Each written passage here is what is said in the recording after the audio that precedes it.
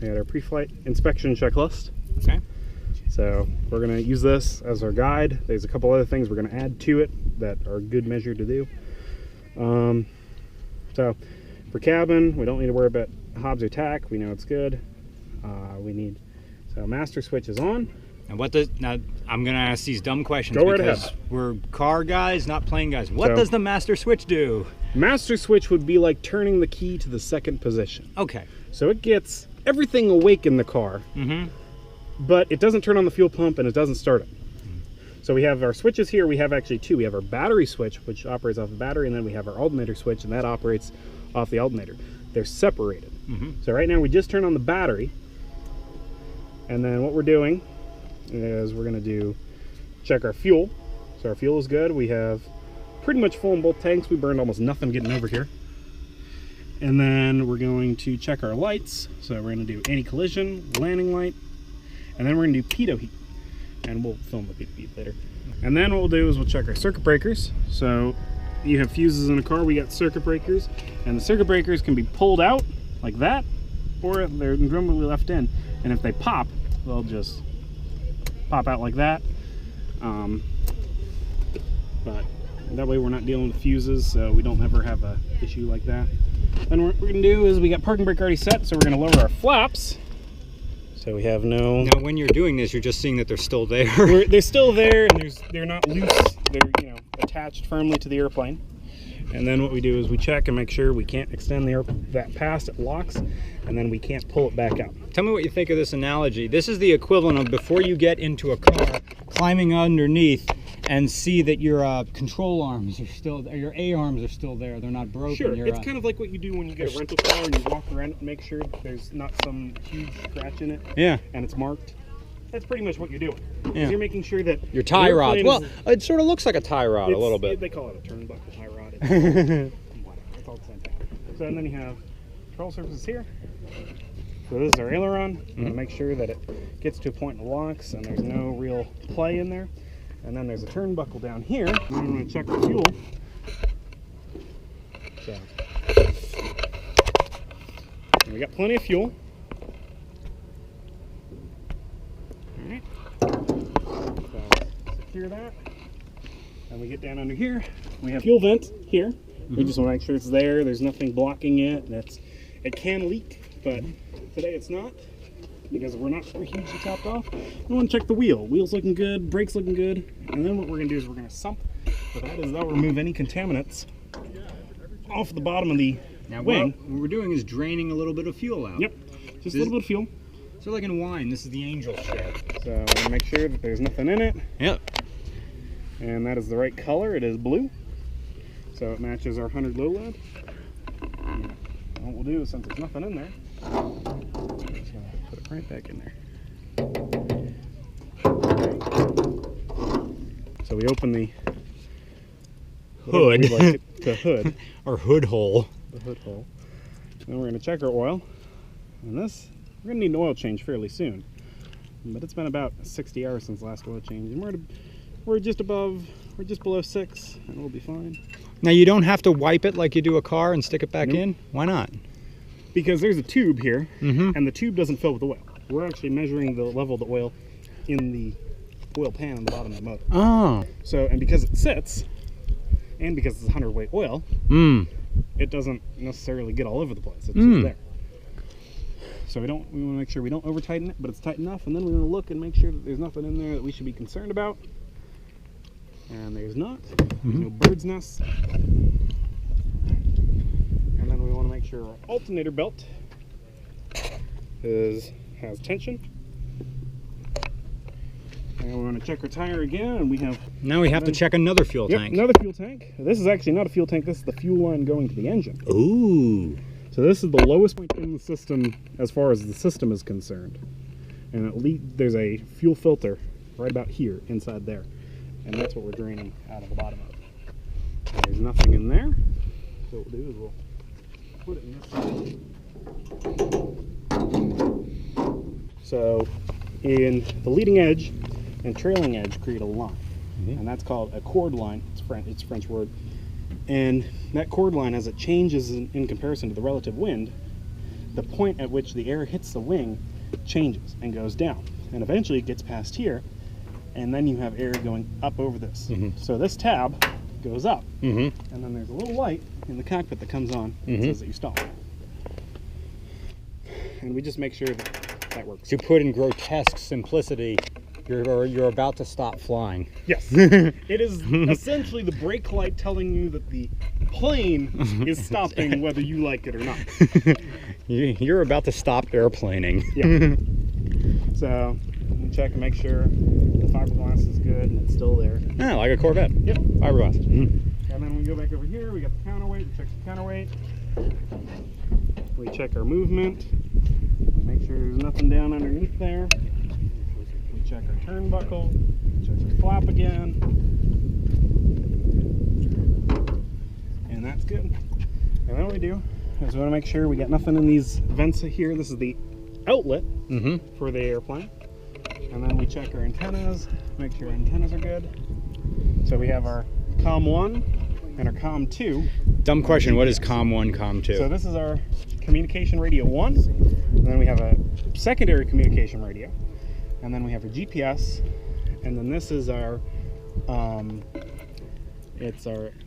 pretty much it's an AM radio. It's called our ADF, or NDB. It's non-directional beacon, and it's our automatic direction finder to ground-based navigation source.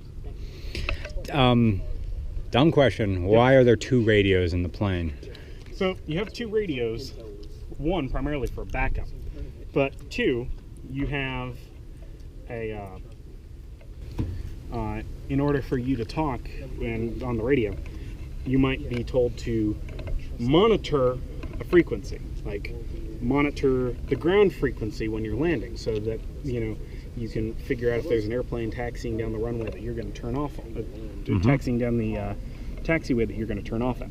So we have taxiways, which are like roads for airports, and then we have the actual runways themselves, and that would be like the highway that kind of goes on forever but doesn't. So, you know, we kind of go onto the on-ramp, and then we go into the highway, and, you know, we're up in the air. So next we want to just make sure tail is in place, and then light, make sure it's not broken, and then I just normally check that there's the tag there that says this is this airplane. The closest thing, the closest thing to a license plate is the tail number. But this would be like the manufacturer's plate. So it contains the serial number of the airplane, it contains everything else, because the tail number can change. But this plate will never change. So the next thing we do is, this is our stable aid. So some airplanes have an elevator, we have a stable aid. The difference is an elevator has 2 surfaces. It's got a fixed surface, and then it's got a movable surface. This has 2 moving surfaces, so it's a full flying tail. Nice. The whole thing moves. And we want to make sure that that's free and correct. And then we have what's called an anti-servo tab. And the anti-servo tab should, at neutral, right there, be level. And as we move this up, the anti-servo tab rises above. And as we move this down, the anti-servo tab moves down. So that adjusts, that keeps pressure on the yoke, but it also allows us to trim the airplane out so we don't have to keep constant pressure on it. And then we want to make sure we're hooked up here. So we have our, this is a rudder, and the rudder we just want to make sure is not moving around. We want to make sure everything's linked up. In some airplanes you can move that, but since we have nose wheel steering, you can't move it when it's sitting on the ground. And you just want to make sure the fiberglass is fine. And then we have our ELT cover, or emergency locator beacon cover, and you want to just make sure that's secure. And all right. What does an airplane key look like? Airplane key. Looks like a house key. Pocket somewhere. It looks like a house key. Well, there's a car key. Okay, as reference. Yes. That is a Ford key to a... Horse. Okay. And then, well, towards anything between something and something. Now an airplane key looks like that. Yeah. It looks like the type of key that... would open a master lock. Yeah, or a suggestion box in a Howard Johnson's. Yes. Or the P.O. But it box starts... where I get all my dildos sent.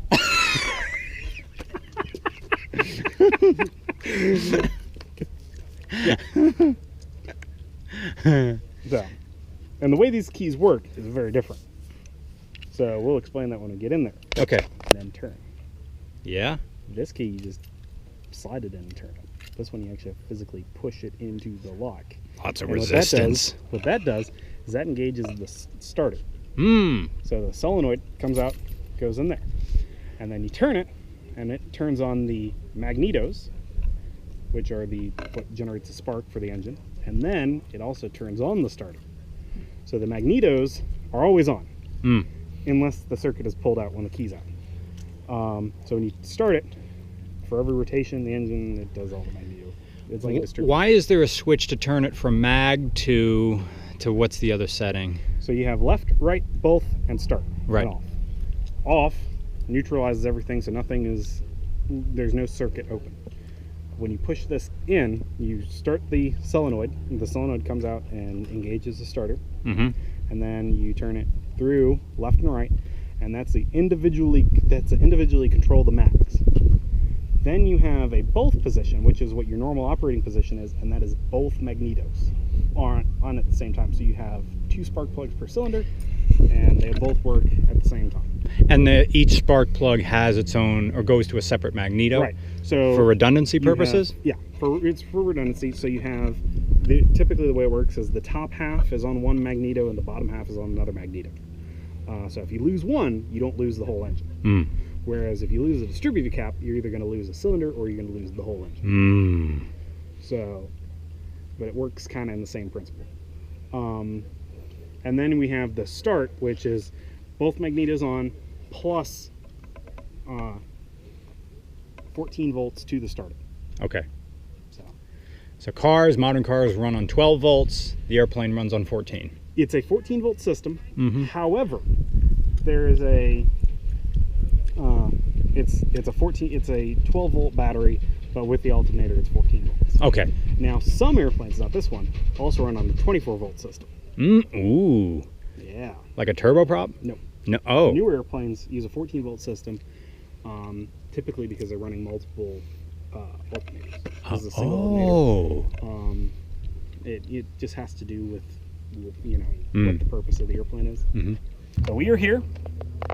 What I think we'll do is we'll go out a little bit to the north. We'll get kind of outside the airspace. We'll do a couple maneuvers. We'll come back in, do a couple landings. You can fly as much as you want or as little you want. Okay. It's totally up to you. Okay. Okay. And we'll just do what needs to be done.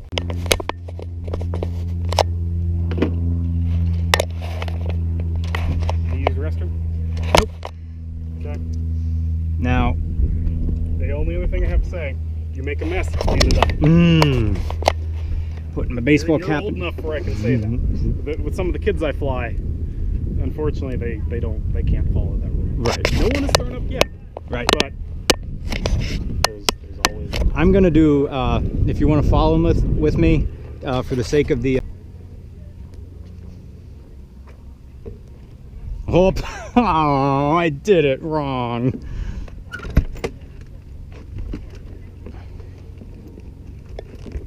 Gotta enter it nicely. There we go. I'm tempted to do the voice while I'm in here, but we're in an airplane where there is zero screwing around. Well, All right, so that's your seatbelt. Obviously, you see how it works. No. Well, maybe not yet. Oh, it came apart. Other way.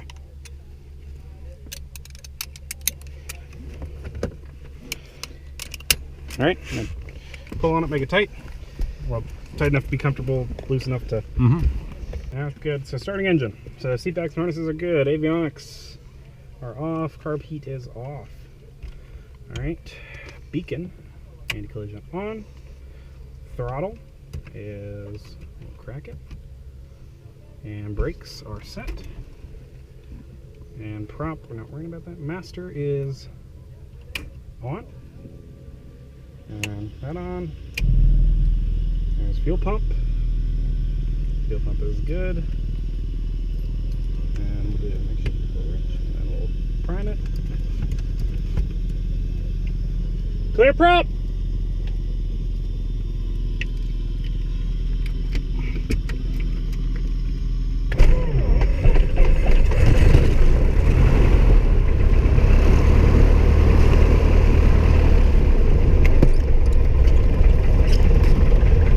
this is my air conditioning right here.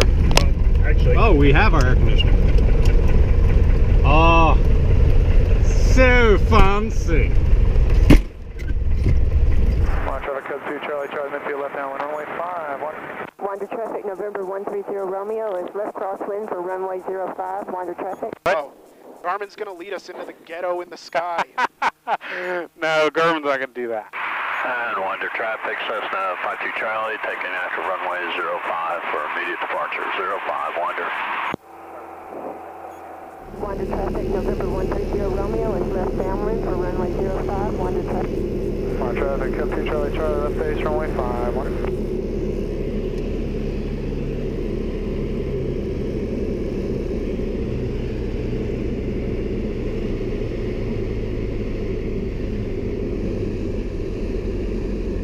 Wander traffic, November 130 Romeo is left base for runway 05, wander traffic. And Wander traffic, Cessna 53 Charlie, turning left crosswind. Can you hear me okay? 05, Wander, staying in the pattern. Wander traffic, 75, sometimes flying up for runway 5 departure. Wander traffic, November 130 Romeo is turning final, runway 05.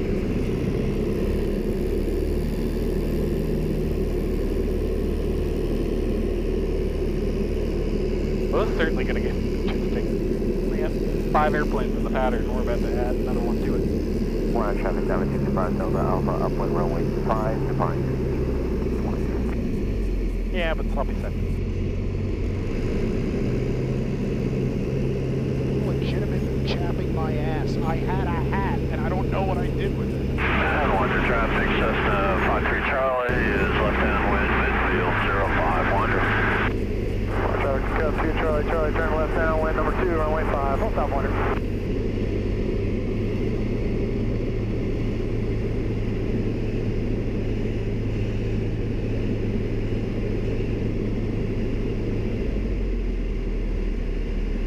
Wander traffic, November 130 Romeo is left crosswind for runway 05, wander traffic.